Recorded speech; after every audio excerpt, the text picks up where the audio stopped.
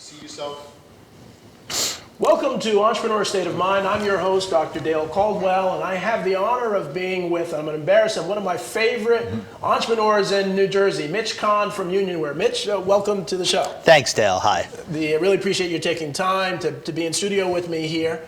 Tell me your origin story. I always like to hear where people grew up and how they became entrepreneurs. So tell me about that. All right. So I grew up in Roseland and Mendham, New Jersey, and ended up going to the Wharton School. All right. I got my MBA, so Wharton guys. Great. Did not get the entrepreneurial spirit there, though. Oh, interesting. Okay. Went from Wharton into finance and worked for Bear Stearns for a couple of years. Okay. And I realized while I was working 20 hours a day that I would rather be the client. Right. So I left Bear Stearns after a 2-year financial analyst program in mergers and acquisitions, and just went around the country trying to come up with an idea to start a business. And my father at the time was part owner of a baseball card company called Score Baseball Cards. Oh, really? Wow, interesting. And they had a deal with a baseball hat manufacturer to manufacture baseball hats for them, and the guy couldn't deliver the hats. And he said, hey, while you're trying to think of what you want to do with your life, why don't you go and check this company out and see if they're worth investing in or see what's going on over there. So I went and I spent a couple of weeks with the guys at the baseball hat factory, and I said, do not invest in this company. This guy owes millions of dollars. He can't keep the lights on. They're going to be out of business in months. And then I went and just went back around, driving around the country, ended up in Boulder, Colorado. About 6 months later, he called me and he said, that company went out of business and the bank is auctioning off the assets. Interesting. If they didn't have all that debt, I bet you could start something up there. And I said, very interesting. You know, there's some interesting things going on with baseball hats right now. Up until 1992, baseball hats were really just a sporting good. They were not a fashion item. Oh, interesting, yeah. You couldn't go into Macy's or the Gap or Ralph Lauren to get a baseball hat. And I thought that would be a really good market for baseball hats. I started seeing Snoop Dogg wearing a pot leaf hat. Absolutely. And Spike Lee had the movie Malcolm X. There was a hat with an X on it that was really popular. There was a Batman hat. So all of a sudden, baseball hats started to become a statement outside of sports world. A trending item, a real fashion trend. Yeah, so I went and I researched how to bid at an auction. I ended up paying the mechanic for the company some money to work for me that day and tell me which machines to buy. Bought all the machines that we needed, struck a deal with the landlord to rent the same space, and then went to the labor union that represented the workers who used to work there and said, can you get me all of the workers back to work here? We were up and running in about a month. Really? Wow. Yes. That is an amazing story. Yeah, we initially started out going to customers of that company, but there were really not that many. And then I started pounding the pavement in New York City, hitting fashion companies up, saying you should sell baseball hats. Now, where was the company headquartered? It was in Jersey? Or it was in Jersey City. Jersey City, okay. Jersey City, yeah. So right across the river. I had about 6 employees. I met initially with Ralph Lauren and Nordstrom, Neiman Marcus, Izod, Gant, and we were really successful. I could not believe how easy it was to get sales. Interesting. They loved the idea. And what year again was this? This was 92. 92, okay, so it was the right time. Yep, I pitched them on if you have excess fabric, give it to us and we will make baseball hats for you. We'll sew your labels on the outside of the hat. We weren't doing embroidery yet. Right. And one stroke of luck was that one of the innovations at the time was the outlet center, which was starting to be built all over the country. So these brands needed a place. They needed products to sell that their customers weren't presently selling because they didn't want to compete with their department stores that were selling their products. So Polo said, we need products for outlet centers. Baseball hats, perfect. They sent a truck of fabric over to us. One truckload of fabric lasted us 2 or 3 years. Really? Wow. Yes, it was so. I mean, it was. Wow. Yes. So that got us started. And then by 1994, all of that business went to Asia. All of it. All of our customers, one by one in a matter of months, just started falling off the... That quickly, just in a matter of months. Matter of months. There were some, I guess some factories, it really started in South Korea, but they really figured out how to make the baseball hat very inexpensively, and we just couldn't touch the price. So at that point, I had gone from 6 to maybe about 35 employees. And we came up with our own idea. It was way too early, but we were making hats out of hemp fabric. 1994. We launched the product at the 25th anniversary of Woodstock. At Woodstock 94.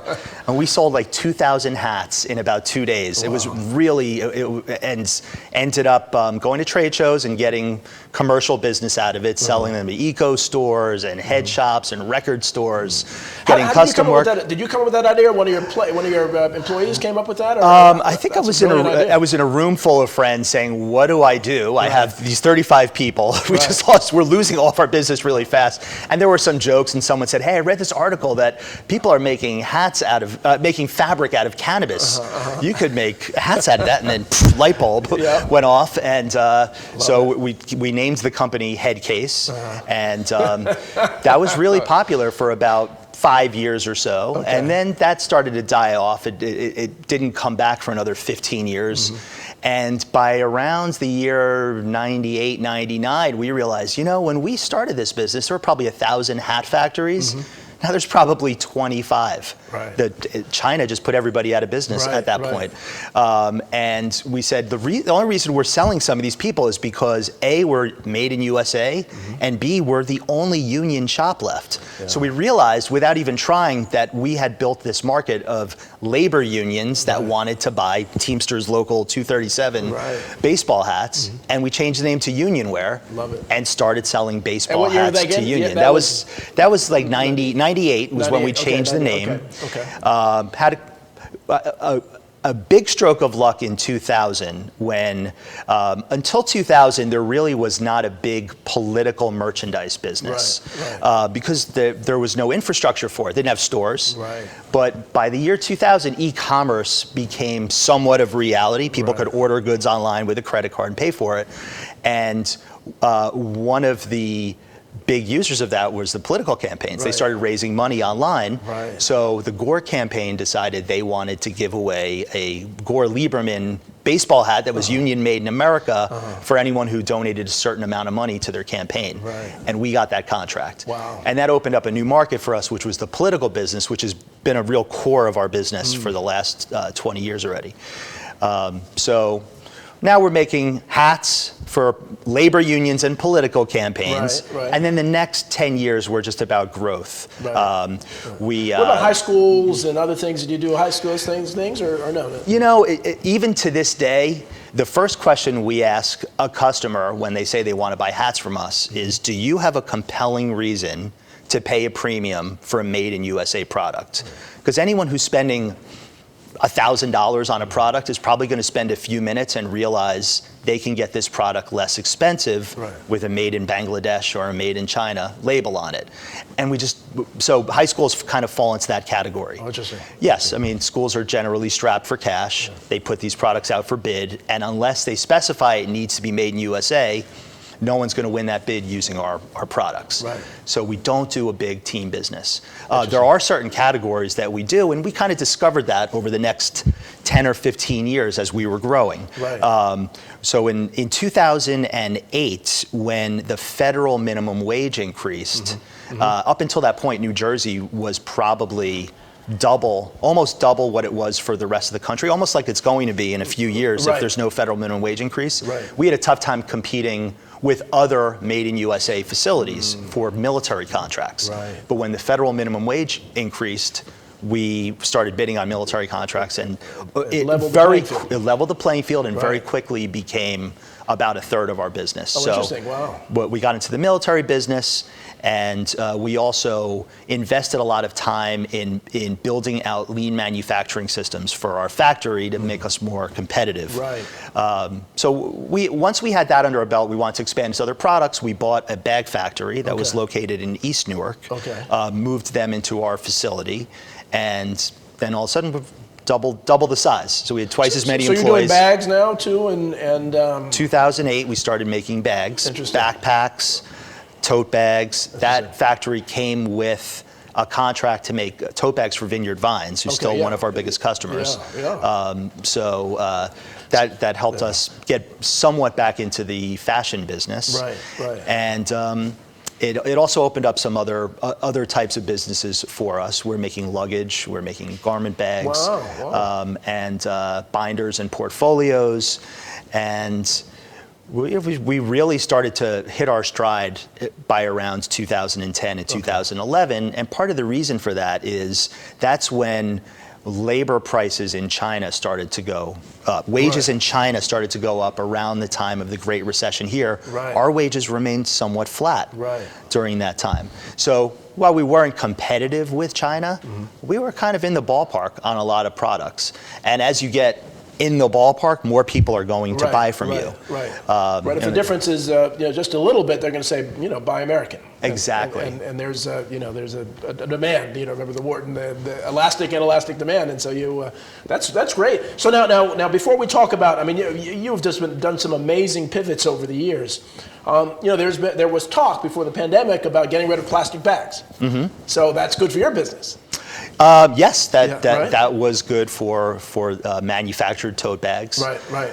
Definitely. Right. And so I see that almost as the hat. Because I think about it myself. We have collected all these bags and so on, and you do that going forward. So manufacturing lives in the United States, is what you're saying. Is that it's not dead? People think it's dead. They don't realize that. I'm part of the manufacturing group here in New Jersey. They're talking about 20,000 jobs are needed in manufacturing. And a number of our Fairleigh Dickinson Rothman members are manufacturing. So it's great, and I want the audience to know that there are opportunities in manufacturing if you're a true entrepreneur like Mitch is.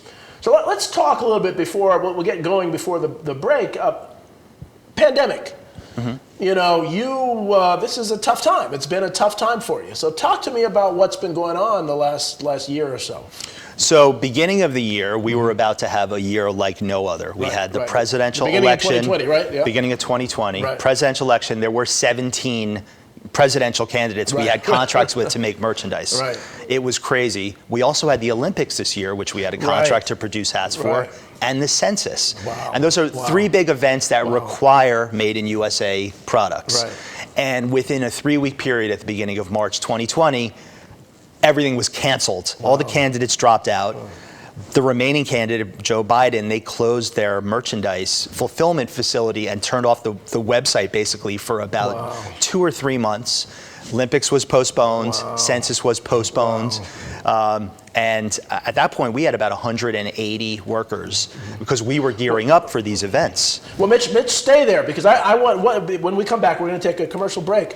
I want you to talk about your state of mind because that's what entrepreneurs need to hear. What were you thinking when all this imploded? So we'll be right back after this commercial break with Mitch Cahn, president of Unionwear. All right.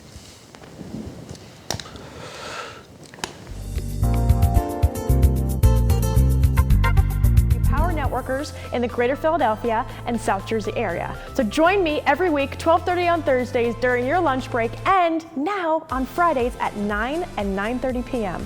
We'll see you next week. This plus this equals this plus this and this. Don't drink and drive. What makes a temple owl? Meet Stella. She's wise, fierce, and she's not alone. Temple University, where owls call home. We are the cherry and white. The city is our classroom, and we lead the rush hour, making our mark on every field around the world. A world without Temple, well, that's like the sky without the North Star. Temple, never stopping. The family law firm of Shemtab Dragonovsky Taylor will help you move through and beyond your divorce. We are a full-service boutique family law firm located in Blue Bell, Pennsylvania. We handle cases in Montgomery County, Chester, Bucks, Delaware, and Philadelphia counties. We have 6 highly experienced lawyers and have represented clients for more than 30 years regarding these issues. Our clients depend on us to sort through the complicated issues involved in divorce and division of assets, spousal and child support, and custody. We listen to them, we gather the information, and we help them make informed decisions.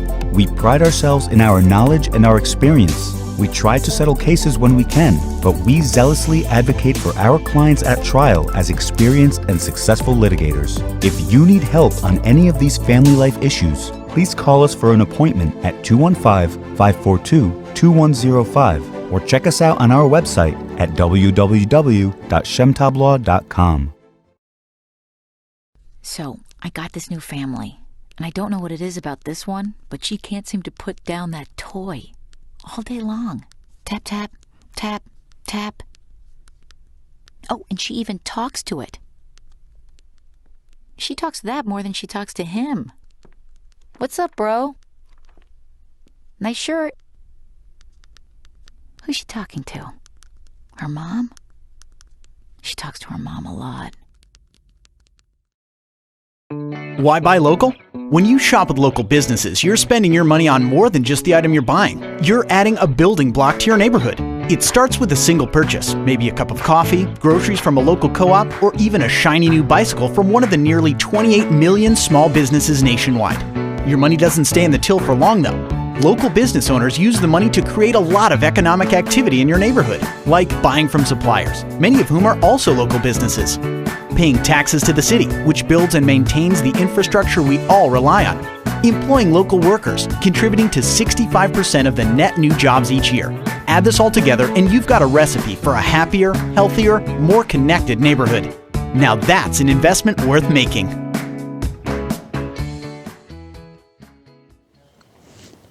Welcome back to Entrepreneur State of Mind. I'm your host, Dr. Dale Caldwell, with Mitch Cahn of Unionwear. And so before the break, we were talking about that time last year when everything imploded, the Olympics and the election and all that stuff. So what was your state of mind as an entrepreneur? I want entrepreneurs to hear how the best do it. I mean, you must have been, were you depressed? Were you angry? What were you thinking? I think I was just single-mindedly looking at what we should be doing next. Right. And I was reading the paper and watching the news constantly, which is a habit that I still have from that time, because I realized that's where you find out what to do next. Right. And for me, I was starting to see shortages of a lot of products, and I said, we can probably make these products. We've never made them before. Let's take some time, and when I say some time, 24 hours. There's a ticking time bomb here. And let's just brainstorm every single product that we can manufacture. So the mindset, let me stop you there. So the mindset is when there's when you have a challenge, there's an opportunity somewhere else, is what I'm hearing your mindset is. There's always an opportunity. Whenever one bad thing happens, there's some good, and that's a lesson for the audience, that a lot of entrepreneurs think that I can only do this, so I'm really in trouble. I love that mindset. I think it really comes from manufacturing. In manufacturing, there's a theory, the theory of constraints, and you can only produce as many widgets as your slowest operation.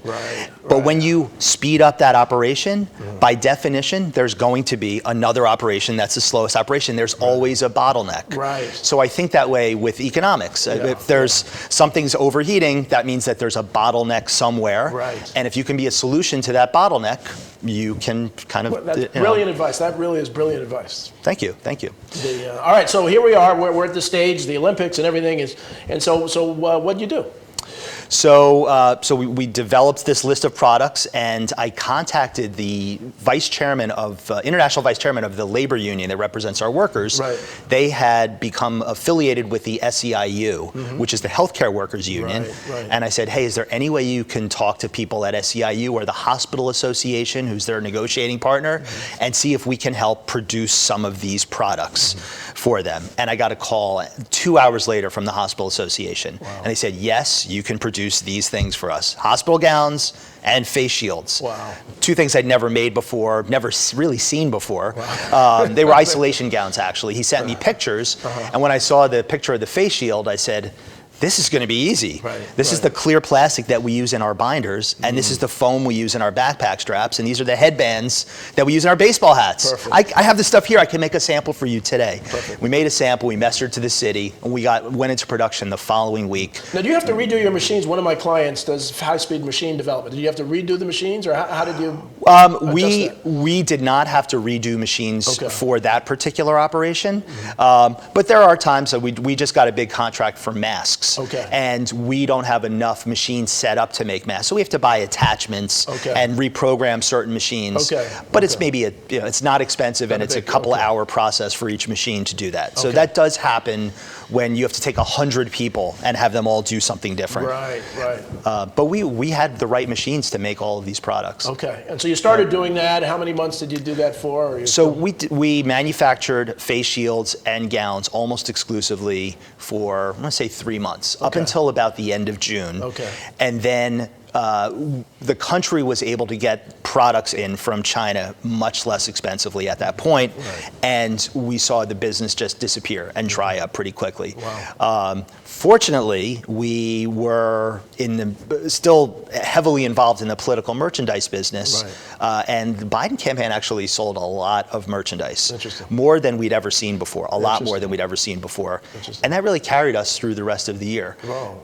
That and our military business was still there. They were not in any rush to get their material, but we had a contract to produce it. So we were at full employment by the end of the year. And then, the election was over. Our regular business, which is mostly promotional products for unions and people wanting Made in USA accessories to put their logo on for events, is still dead because people are not having in-person events. So we were facing a significant decline in business, and that's when we really had to pivot again, and that's the pivot that's going on now, which is a pivot to government business. Increasing our share of our business from around 30% to around 60% right now. And what kinds of things for government? What are you? So some of the new things that we're producing, we're making masks for the U.S. government. We're making backpacks. We make garment bags for the Air Force.